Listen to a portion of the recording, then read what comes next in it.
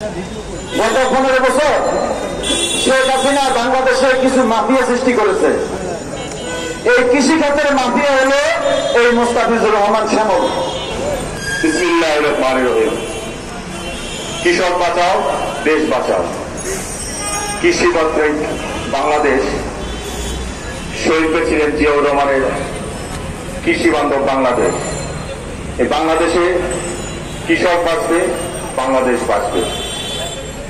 আপনারা অবগত আছেন, বিগত 16 থেকে 17 বছর বাংলাদেশের ইতিহাসে যেটা আগে কখনো ঘটেনি, কৃষকরা আত্মহত্যা করছে। এই নজিরও বিগত 16 থেকে 17 বছরে ঘটছে। কৃষক তার পানিতে, তার জমিতে সেচ দিতে পারে না। সেই সেচ প্রকল্প এই আওয়ামী লীগের দুর্নীতির শিকার হয়েছে। তার মাঠে সে পানি দিবে, সেখানেও রাজনৈতিক পরিচয়ের প্রাধান্য দেওয়া হয়েছে। যার কারণে ওই কৃষক তার আত্মমর্যাদা রক্ষার ক্ষেত্রে সে আত্মহত্যা করছে। এই নজিরও বাংলাদেশের মাটিতে বাংলার মানুষ দেখছে। যার কারণে বাংলাদেশের মানুষের এই দীর্ঘদিনের ক্ষোভ প্রতিফলন এই শেখ হাসিনার নির্লজ্জভাবে পলায়ন। সুবিধা, আজকে নতুন বাংলাদেশে কৃষককে বাঁচাতে হবে, কৃষি খাতকে বাঁচাতে হবে। কৃষক এবং কৃষি খাতকে বাঁচাতে হলে দেশনেত্রী বেগম খালেদা জিয়া এবং শহীদ প্রেসিডেন্ট জিয়াউর রহমানের আদর্শকে ধারণ করে কৃষি বান্ধব সকল প্রোগ্রামে আপনাদের সকলে স্বতঃস্ফূর্তভাবে অংশগ্রহণ করতে হবে।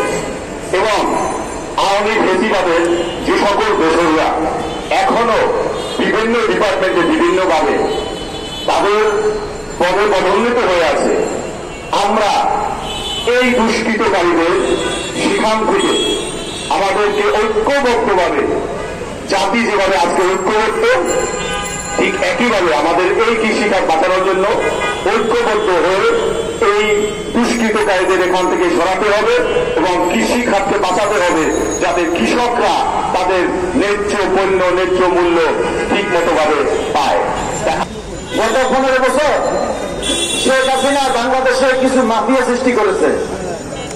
এই কৃষি খাতের মাফিয়া হলো এই মোস্তাফিজুর রহমান শ্যামল। এই মোস্তাফিজুর রহমান শ্যামল কৃষি খাতের মাফিয়া।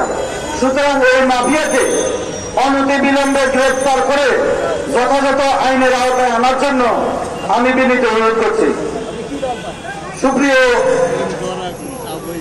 শ্রোতা মন্ডলী, বিগত 15 বছর খুনি শেখ হাসিনা ভারতের একটা মুখ্যমন্ত্রী হিসেবে বাংলাদেশের শাসন ক্ষমতা চালিয়ে গেছে। বাংলাদেশের সামরিক শক্তি নষ্ট করে দিয়েছে। বাংলাদেশের যত খাত আছে সবকিছু তিনি ধ্বংস করে দিয়েছে। শুধুমাত্র জিয়া পরিবার এবং খালেদা জিয়া সহ সকল রাজনৈতিক নেতৃবৃন্দকে উনি যে চরম নির্যাতন করেছে, সেটা আপনার বাংলাদেশের একটা উজ্জ্বল দৃষ্টান্ত। আমি ভারতীয় যে চক্রান্ত বাংলাদেশের বিরুদ্ধে খুনি শেখ হাসিনা বর্তমানে চালিয়ে যাচ্ছে, এই কৃষক সমাজকে আমি অনুরোধ করব, আপনারা যার যার অবস্থান থেকে, যেহেতু আপনারা বাংলাদেশের খাঁটি মানুষ হচ্ছেন, আপনারা দুর্নীতিমুক্ত বাংলাদেশের মানুষের মুখে হাত তুলে দেন এই আপনারা কৃষক ভাইরা।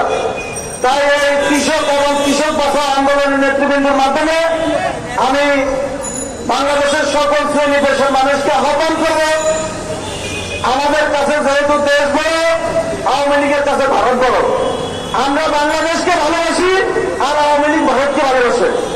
সুতরাং আমরা এই বাংলাদেশের স্বার্থে এই ভারতীয় চক্রান্ত আমাদের বিরুদ্ধে যে অপপ্রচার হচ্ছে, আমাদের দেশে নাকি হিন্দুরা চরম নির্যাতিত হচ্ছে, কোটি কোটি ভারতীয় হিন্দুরা টুইটার অ্যাকাউন্ট থেকে টুইটারে টুইট করছে যে বাংলাদেশের মানুষ হিন্দুরা নাকি সাদা সিঁদুর পরে রাস্তায় নামতে পারে না। কি নির্লজ্জ মিথ্যাচার!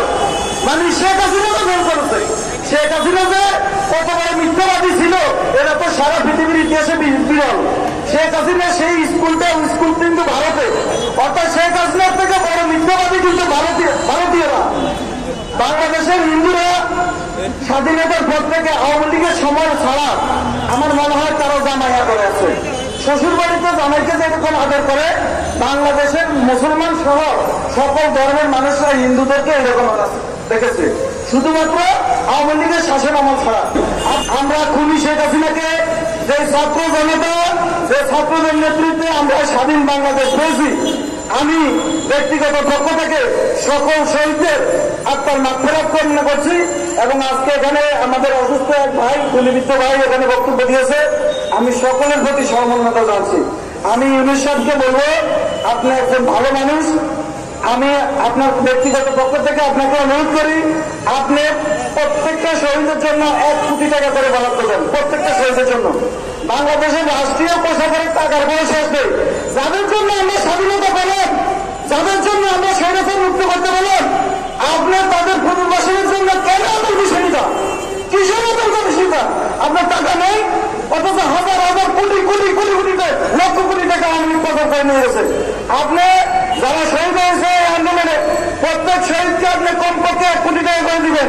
আর যারা মারাত্মক আহত হয়েছে প্রত্যেক মারাত্মক আহত ভাই বোনদেরকে আপনি 1 লক্ষ অর্থাৎ 50 লক্ষ টাকা করে দিবেন। আর যারা কম আহত হয়েছে তাদেরকে 20 লক্ষ করে টাকা দিবেন। আপনার টাকার তো অভাব নাই। গত এই যে 4 মাস হলে আপনি আপনার বর্তমান সরকারের 4 মাসে কিন্তু একটা টাকা বিদেশে পাচার হয়নি, একটা টাকাও পাচার হয়নি, কারণ পাচারকারীদেরও সব পালাইছে। এই দেশের যত দুর্নীতিবাজ, যত লুটপাটকারী, যত খুনি, যত চিন্তাইকারী সব আওয়ামী লীগ। সুতরাং আওয়ামী লীগ নাই, এখন দেশে দুর্নীতি নাই। আওয়ামী লীগ নাই, এখন দেশে খুন নাই। আওয়ামী লীগ নাই, এখন দেশে দর্শন নাই। আওয়ামী লীগ নাই, এখন দেশে ব্যাংক ডাকাতি নাই। আওয়ামী লীগ নাই, এখন দেশে শেয়ার বাজার লুটপাট নাই। আপনি দেখেন শেয়ার বাজার এখন লুটপাট আছে। সুতরাং বাংলাদেশের মানুষ কখনো আওয়ামী লীগকে ভালোবাসে নাই।